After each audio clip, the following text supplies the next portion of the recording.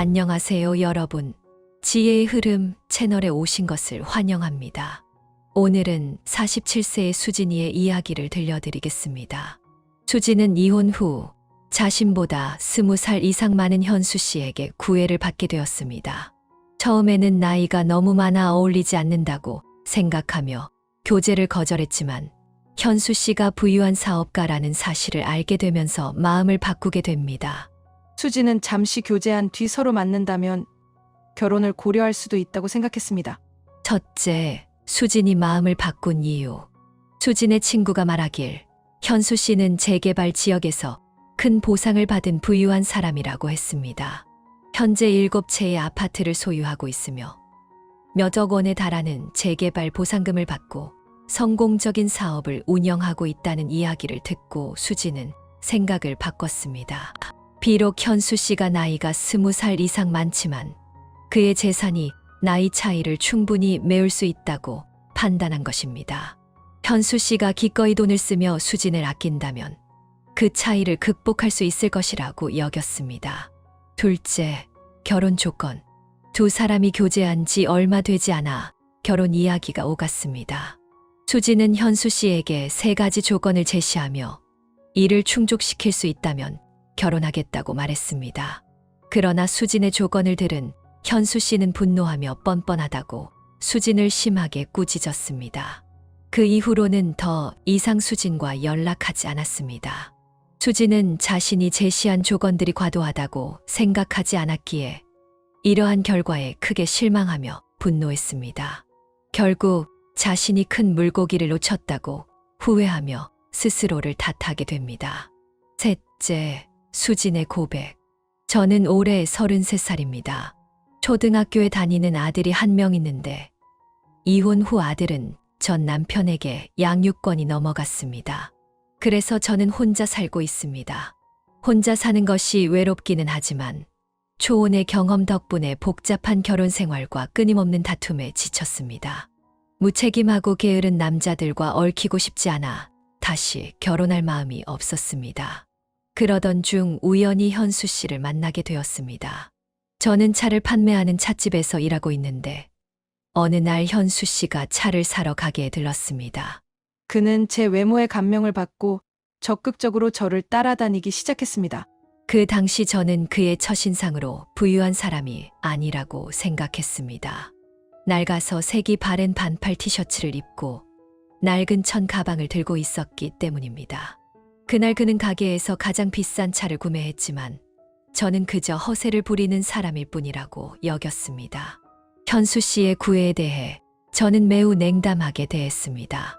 항상 시큰둥한 태도로 대하며 그의 호의를 받아들이지 않았습니다. 하지만 제 차가운 태도에도 불구하고 현수 씨는 오히려 더 자주 가게를 찾았습니다. 그는 매번 작은 선물을 가져왔고 찻집에서 차를 사서 집으로 돌아가곤 했습니다.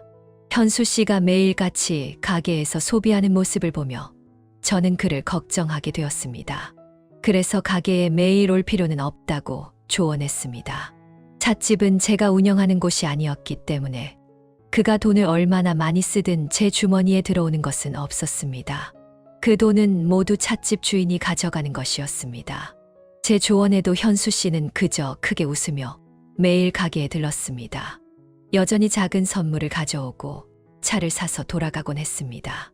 현수 씨가 제 말을 듣지 않자 저는 더 이상 말하지 않기로 했습니다. 그가 돈을 전부 써버리든 말든 그것은 제게 큰 상관이 없었습니다. 비록 현수 씨가 매일같이 저를 기쁘게 하려고 노력했지만 저는 여전히 그의 구애에 전혀 마음이 움직이지 않았습니다. 그에게 아무런 호감을 느끼지 못했습니다. 저는 현수 씨가 그저 늙고 초라한 노인처럼 느껴졌습니다. 저보다 이렇게 나이가 많은 그가 어떻게 나와 결혼하려고 생각했는지 이해할 수 없었습니다. 단지 매일 주는 작은 선물들로 제가 내 남은 인생의 행복을 포기해야 한다는 것인가요? 어느 날 현수 씨가 가게에 있을 때였습니다. 찻집 사장님이 예외적으로 가게를 방문했습니다. 그의 찻집은 전국적으로 퍼져 있었고 사업이 바빠 1년에 한두 번 정도만 가게에 들르는 사람이었습니다. 현수 씨는 사장님이 오자 차를 구매하고 바로 자리를 떠났습니다. 현수 씨가 떠난 뒤 사장님이 저에게 물었습니다. 어떻게 저런 좋은 기회를 잡았나요? 사장님은 말하길 현수 씨는 이 지역에서 재개발로 유명한 큰손이라고 했습니다. 그는 젊은 시절에 지은 5층짜리 건물 덕분에 재개발로 대형 아파트 7채와 몇억 원에 이르는 보상금을 받았다고 했습니다. 뿐만 아니라 그는 명석한 사업가로 모든 투자에서 성공하여 자신의 부를 쌓아 올렸다고 했습니다. 현수 씨는 재개발로 받은 아파트를 전부 임대했고 매달 상당한 임대료 수입을 얻고 있었습니다.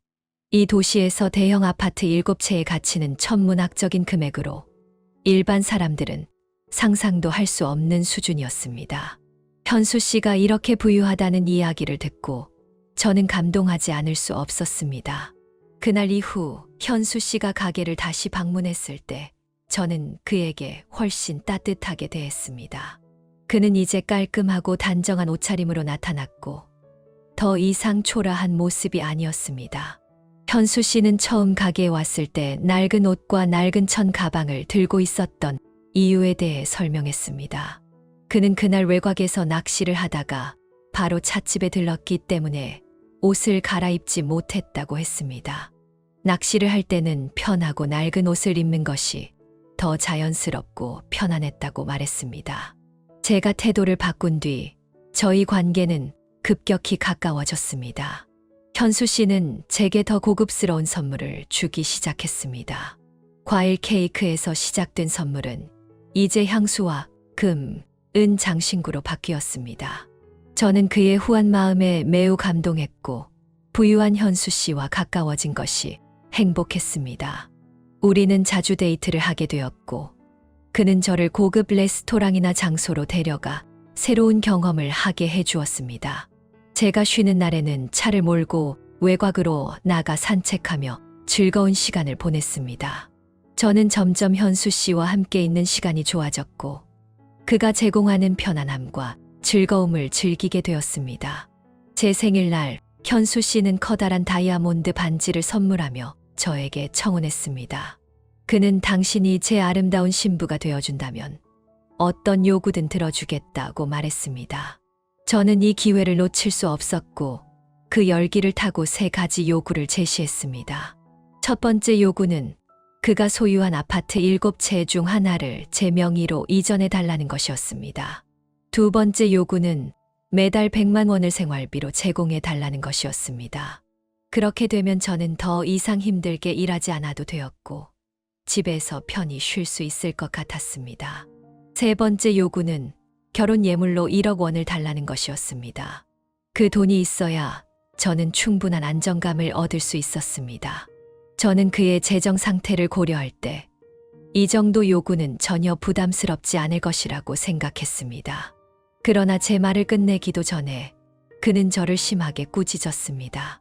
그는 저를 뻔뻔하다고 비난하며 가게를 떠났고 그 이후로 다시는 연락하지 않았습니다.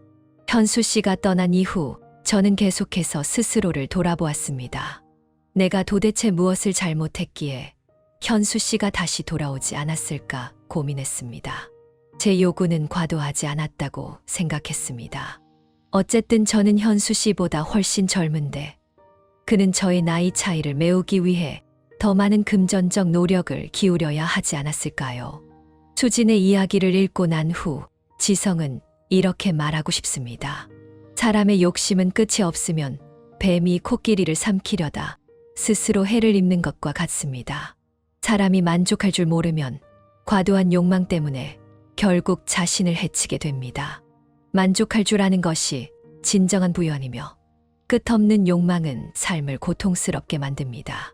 욕망과 현실의 균형에 대한 교훈. 사람이 가장 큰 만족을 느끼는 순간은 자신의 능력이 욕망을 넘어설 때입니다.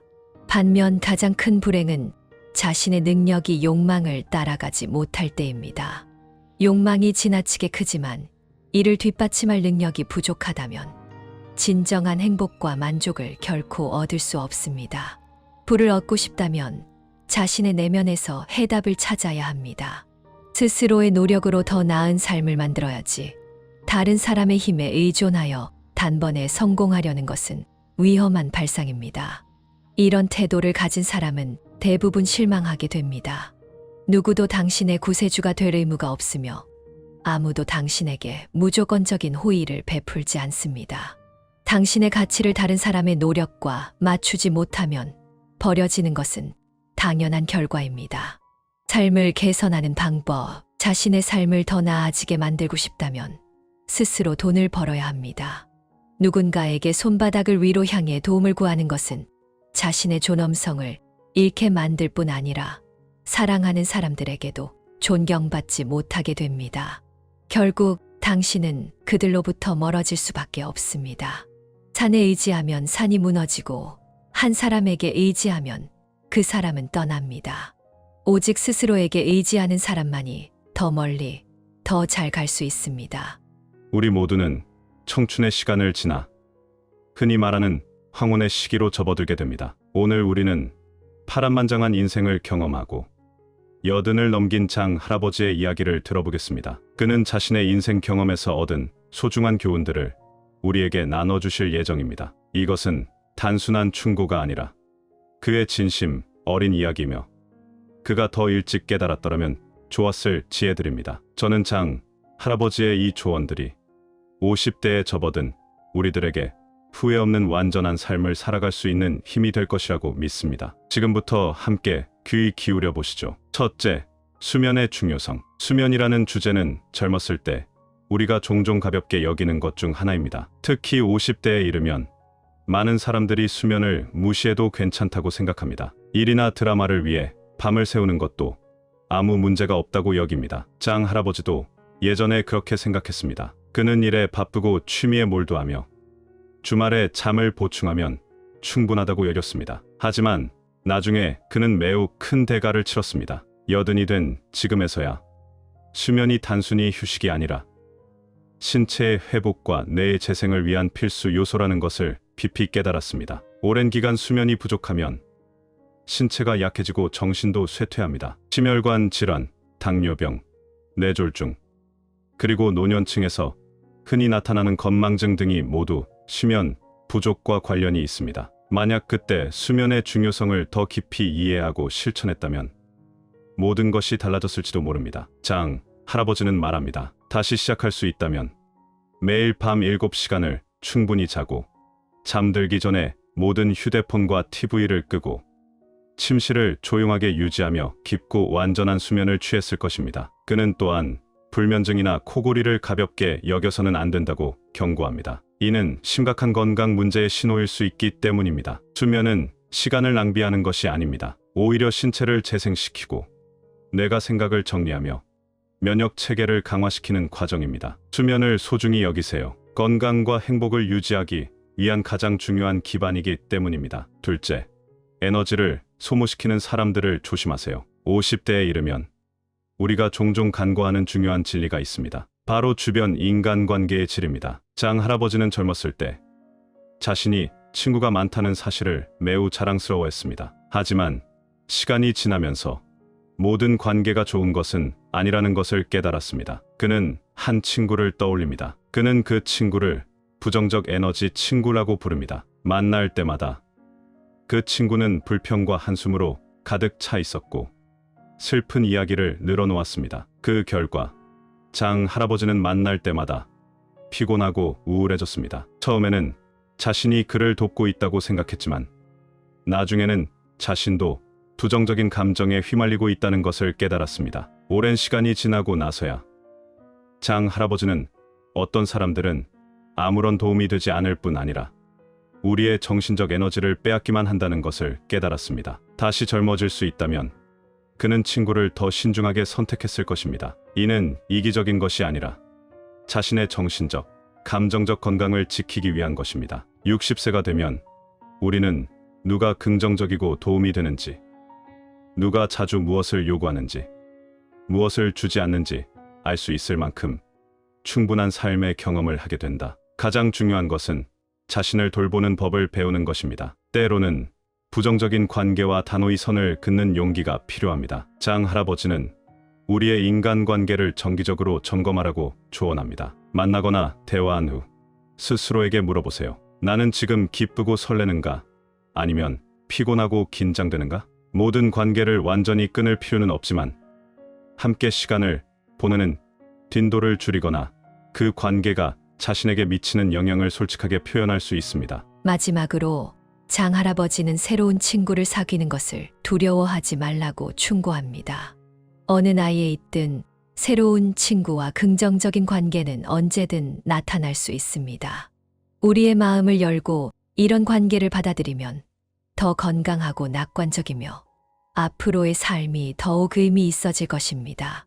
세 번째, 운동의 중요성. 운동은 많은 사람들이 간과하는 부분입니다. 특히 50대에 이르면 자신의 몸이 아직 괜찮다고 생각하며 운동을 소홀히 하는 경우가 많습니다. 장할아버지도 예전에 그런 생각을 했습니다. 그는 너무 바쁘다는 이유로 운동을 게을리했지만 지금은 그것이 큰 실수였다는 것을 깨달았습니다. 장할아버지는 말합니다. 만약 다시 시작할 수 있다면 운동을 가볍게 여기지 않을 것입니다. 운동은 단순히 체중 감량이나 외적인 몸매 유지를 위한 것이 아닙니다. 운동은 신체를 내적으로 건강하게 만듭니다. 근육과 뼈를 강화하고 심장을 튼튼하게 하며 호르몬 균형을 유지시켜줍니다. 또한 뇌를 더 맑게 만들어줍니다. 그는 만약 과거에 규칙적으로 운동했더라면 관절 질환이나 움직임의 불편함을 예방할 수 있었을 것이라고 깨달았습니다. 운동은 우울증과 불안감을 해소하는 자연적인 치료제이기도 합니다. 장할아버지는 젊었을 때 이를 잘 몰랐지만 규칙적인 운동을 시작한 후 정신적 긴장이 풀리고 마음이 맑아지는 것을 경험했습니다. 운동은 몸뿐 아니라 정신적 스트레스를 해소하는 데도 훌륭한 방법이라는 것을 알게 되었습니다. 운동을 시작하는 방법. 장할아버지는 50대에도 우리의 몸은 여전히 충분한 힘과 지구력을 가지고 있다고 말합니다. 미래를 위해 좋은 기반을 쌓아야 합니다. 몸이 아프거나 질병에 시달리기 시작할 때까지 기다리지 마세요. 작은 목표부터 시작하세요. 매일 15분만 걷기부터 시작해 천천히 늘려가세요. 그는 또한 하나의 운동에만 집중하지 말고 다양한 운동을 결합하라고 권합니다. 다양한 운동이 우리의 균형감을 키우고 앞으로 더 안정적으로 걸을 수 있도록 돕기 때문입니다. 장할아버지는 강조합니다. 운동은 우리가 반드시 해야 하는 의무가 아니라 자신을 돌보는 하나의 방법입니다. 운동을 통해 삶을 더 완전하고 건강하게 만들 수 있습니다. 가장 중요한 것은 꾸준히 운동을 지속하는 것입니다. 운동을 습관으로 만들기만 하면 미래의 시간 속에서 스스로를 더 활기차고 긍정적으로 느낄 수 있을 것입니다. 넷째, 습관 선택의 중요성. 장할아버지는 습관에 대해 이야기하며 50대가 되면 많은 사람들이 현재 상태가 괜찮다고 생각하며 기존의 습관을 유지하려고만 한다고 지적합니다. 장할아버지도 과거에는 어떤 습관들이 별 문제가 되지 않을 것이라 여겼습니다. 하지만 지금은 작은 습관들이 쌓여 건강에 큰 영향을 미친다는 것을 깨달았습니다. 그는 이렇게 말합니다. 습관은 쉽게 뿌리 깊은 생활 방식으로 자리 잡습니다. 그리고 나이가 들수록 이를 바꾸기가 점점 더 어려워집니다. 만약 다시 시작할 수 있다면 그는 더 신중하게 습관을 선택했을 것입니다. 오늘 쉽게 할 수 있는 일이 내일은 더 어려워질 수 있다는 것을 알았기 때문입니다. 장할아버지는 50대에도 여전히 미래에 유익한 습관을 형성하고 조정할 시간이 충분하다고 조언합니다. 조금 시간을 내어 자신의 습관을 점검해 보세요. 이 습관들이 앞으로의 건강한 삶에 어떤 영향을 미칠지 살펴보세요. 그는 모든 일상 습관을 목록으로 작성하고 이를 분류할 것을 권합니다. 어떤 습관을 유지해야 하고 어떤 습관은 바꿔야 하며 또 어떤 습관은 버려야 할지 명확히 해야 합니다. 가장 중요한 것은 자신에게 솔직하게 대면하는 것입니다. 이 습관들이 미래에 어떤 영향을 미칠지 판단해 보세요. 장할아버지가 배운 중요한 교훈 중 하나는 나쁜 습관을 없애려 하기만 하면 안 된다는 것입니다. 그 대신 더 건강한 선택으로 나쁜 습관을 대체해야 합니다. 또한 습관을 바꾸려 할 때는 한꺼번에 많은 것을 시도하지 말고 작은 목표부터 시작해야 합니다. 가장 중요한 것은 인내와 일관성입니다. 좋은 습관을 만드는 것은 단거리 경주가 아니라 장기적인 약속입니다. 장 할아버지는 말합니다. 습관을 바꾸는 것을 자신을 사랑하는 행동으로 간주하세요. 그리고 미래의 자신이 지금의 결정을 감사히 여길 것임을 믿으세요. 5째, 금전 관리. 젊었을 때 많은 사람들은 돈을 많이 벌고 마음껏 소비하는 것이 성공과 행복의 상징이라고 생각합니다. 장 할아버지도 과거에는 그러한 생각을 가지고 있었습니다. 그는 사치품에 아낌없이 돈을 썼습니다. 하지만 80이 된 지금 그는 금전이 진정한 행복을 가져다주지 못한다는 것을 깨달았습니다. 진정으로 중요한 것은 재정적 안정입니다. 그는 이렇게 말합니다. 만약 50대로 돌아갈 수 있다면 예전처럼 무절제하게 돈을 쓰지 않았을 것입니다. 대신 더 열심히 돈을 저축했을 것입니다. 그는 재정적 안정이 마음의 평화를 가져다준다는 것을 발견했습니다. 이것은 어떤 사치품으로도 대체할 수 없는 가치였습니다. 장 할아버지는 강조합니다. 재정을 안정적으로 구축하는 것은 단순히 부를 축적하기 위한 것이 아니라 미래의 걱정 없이 살기 위한 기반을 마련하기 위한 것입니다. 60세가 되면 저축과 투자를 시작할 시간이 많이 남는다. 그는 이렇게 제안합니다. 정기적으로 수입의 일부를 저축하여 시간이 지남에 따라 돈이 가치를 더할 수 있도록 하세요. 저축 외에도 재무 관리와 투자 방법을 배우는 것을 권장합니다. 다른 사람이 당신의 재정적인 미래를 결정하지 못하도록 하세요. 스스로 재정 상황을 통제하고 자신이 무엇을 하고 있는지 명확히 이해해야 합니다. 장 할아버지가 배운 가장 중요한 교훈은 진정한 부유함은 물질에 있지 않고 마음의 평화에 있다는 점입니다. 그는 말합니다. 지난 시간을 돌아보면 가장 소중한 기억은 호화로운 스포츠카나 화려한 만찬이 아니라 가족과 친구들과 함께한 소박한 순간들이었습니다. 그런 순간들이야말로 인생에서 가장 가치 있는 시간입니다. 마지막으로 장 할아버지는 지금부터 자신의 재정적 안전에 투자하라고 권합니다. 돈을 단순히 도구로 여기고 그것을 삶의 최종 목표로 삼지 마세요. 만약 돈을 잘 관리하고 활용하는 방법을 안다면 그것은 미래의 자유와 평화를 가져다 줄 것입니다. 6째, 관계의 중요성. 우리가 60세에 접어들면서 저지르는 흔한 실수 중 하나는 가족과 친구들을 위한 우리의 시간을 빼앗는 직업이다. 장 할아버지 또한 이러한 상황에 빠진 적이 있습니다. 그는 일에 몰두한 나머지 사랑하는 사람들을 소홀히 대했습니다. 그러나 80이 되어서야 그가 잃어버린 시간은 다시는 되찾을 수 없다는 것을 깨달았습니다. 그는 이렇게 말합니다. 다시 시작할 수 있다면 사랑하는 사람들과 더 많은 시간을 보냈을 것입니다. 그는 가족, 친구, 지역 사회와의 관계야말로 가장 깊고 지속적인 행복의 원천이라는 것을 발견했습니다. 장 할아버지는 이렇게 조언합니다. 50대에 접어들었더라도 여전히 중요한 인간관계를 형성하고 강화할 시간이 충분합니다. 사랑하는 사람들과 시간을 보내는 것부터 시작하세요. 또한